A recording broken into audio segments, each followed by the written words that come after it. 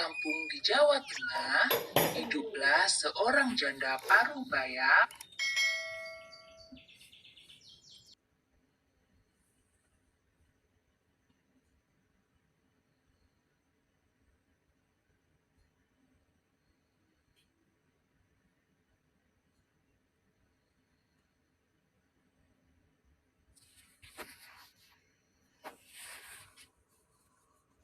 Pada suatu malam, Mbok Srini bermimpi. Dalam mimpinya, Mbok Srini bertemu sesosok raksasa yang menyuruhnya pergi ke hutan untuk mengambil bungkusan kain berwarna putih di bawah pohon besar. Pagi hari, Mbok Srini pergi ke hutan tempat ia biasa mencari kayu bakar. Kali ini ia penasaran dengan mimpinya tadi malam. Sesampainya di bawah pohon besar, ia menemukan bungkusan kain kecil berwarna putih berisi biji mentimun. Tiba-tiba dari arah belakang Mbok Srini muncullah sesosok raksasa yang mirip seperti sosok raksasa yang ada di dalam mimpinya.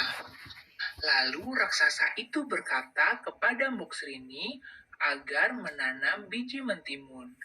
Kelak biji mentimun itu akan tumbuh menjadi seorang anak. Jika sudah dewasa, serahkanlah anak itu kembali untuk menjadi santapan.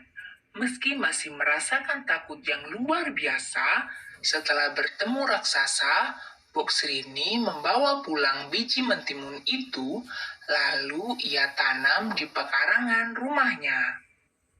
Tiap hari biji timun itu disiram dan dirawat hingga tumbuh menjadi tanaman mentimun yang berbuah.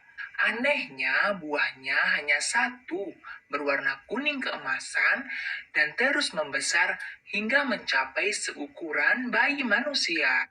Lalu Mbok Srini memetik buah mentimun yang sudah matang itu untuk dibawa ke dalam rumah. Setelah dibuka, ternyata di dalam buah mentimun terdapat bayi perempuan. Mbok Srini lantas memberi nama bayi tersebut dengan nama Timun Mas. Timun Mas tumbuh menjadi gadis yang cantik, cerdas, dan baik hati. Saking sayangnya kepada Timun Mas, Mbok Srini lupa bahwa ia harus menyerahkan Timun Mas kepada raksasa yang jahat untuk dijadikan santapan. Akhirnya, tibalah waktu raksasa jahat mendatangi Mbok Srini. Raksasa jahat meminta agar Timun Mas segera diserahkan kepadanya. Agar tidak menjadi santapan raksasa, Mbok Srini meminta perpanjangan waktu 3 hari lagi dengan alasan Timun Mas sedang sakit, sehingga dagingnya tidak enak untuk dimakan. Raksasa menuruti permintaan Mbok Srini dan menunggu hingga 3 hari. Jika sampai 3 hari Timun Mas tidak diserahkan, maka Mbok Srini yang harus menjadi gantinya.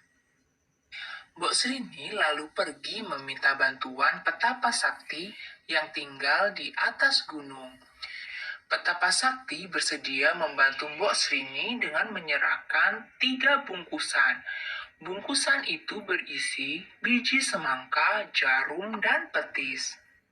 3 hari berlalu, raksasa jahat kembali lagi menemui Mbok Srini untuk meminta Timun Mas agar diserahkan kepadanya. Mbok Srini tetap tidak bersedia menyerahkan Timun Mas.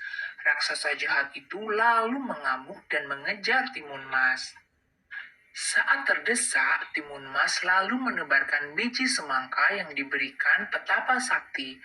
Ajaib, biji semangka yang ia tebar berubah menjadi pohon semangka raksasa yang batangnya melilit tubuh raksasa. Tetapi raksasa berhasil meloloskan diri dan terus mengejar Timun Mas. Timun Mas lalu menebar jarum yang seketika berubah menjadi rimbunan pohon bambu. Kaki raksasa jahat terluka akibat tertusuk pohon bambu yang runcing. Meski terluka tusukan pohon bambu, raksasa terus mengejar Timun Mas. Lalu Timun Mas membuka bungkusan terakhir pemberian petapa sakti.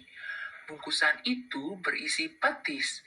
Setelah dituang ke tanah, petis berubah menjadi lautan lumpur panas yang merendam tubuh raksasa hingga menemui ajalnya.